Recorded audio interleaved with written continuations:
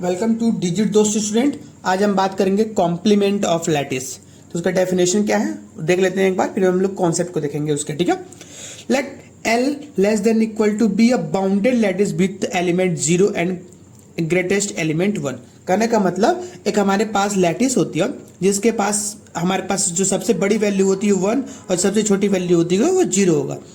तब हमारे पास एक element b is called complement of a।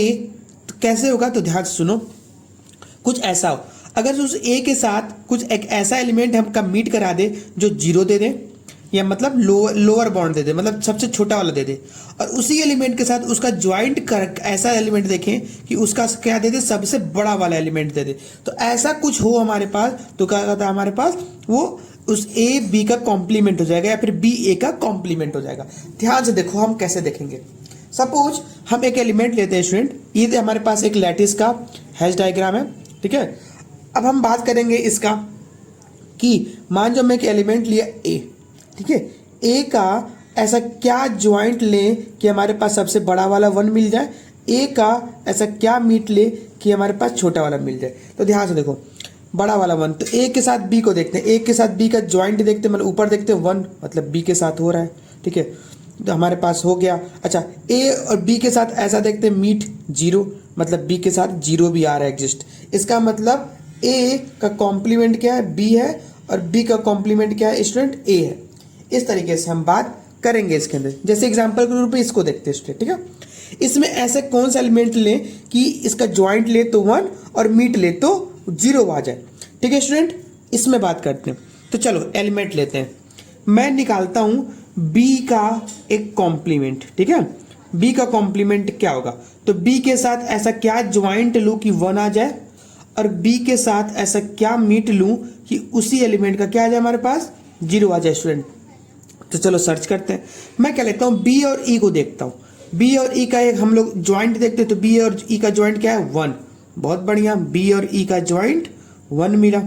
अब b और e का मीट देखूंगा, तो b और e का मीट देखता हूं एक बार, तो b और e का मीट देखता हूं, ये देखो 0 आ गया। b और e का मीट 0 आ रहा है ना, यहाँ पास 0 आ गया b और e का। तो इसका मतलब b का कॉम्प्लीमेंट e है और e का कॉम्प्लीमेंट क्या है स्टूडेंट, b है। ठीक, हम ऐसे बोल सकते हैं। चलो एक और एलिमेंट लेते हैं, b और c का। ठीक है, तो क्या b के साथ c का कॉम्प्लीमेंट बन सकता है, थोड़ा देख लेते चेक करके। यहाँ पास b के साथ हम लोग सपोज बाय डिफॉल्ट ले लेते हैं 1, मतलब 1 आना चाहिए। b के साथ c लेते हैं, तो b के साथ c लेंगे तो 1 तो बिल्कुल ही नहीं आएगा।